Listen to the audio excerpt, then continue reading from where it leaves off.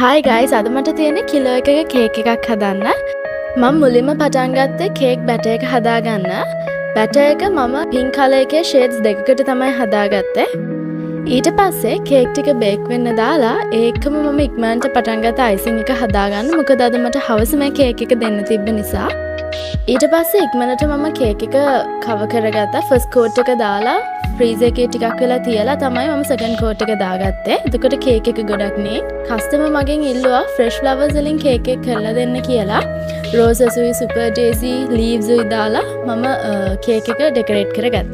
ඉතින් මේ තියෙන්නේ අද මගේ කේක් එකේ ෆයිනල් ලුක් එක. Thanks for watching my video. See you.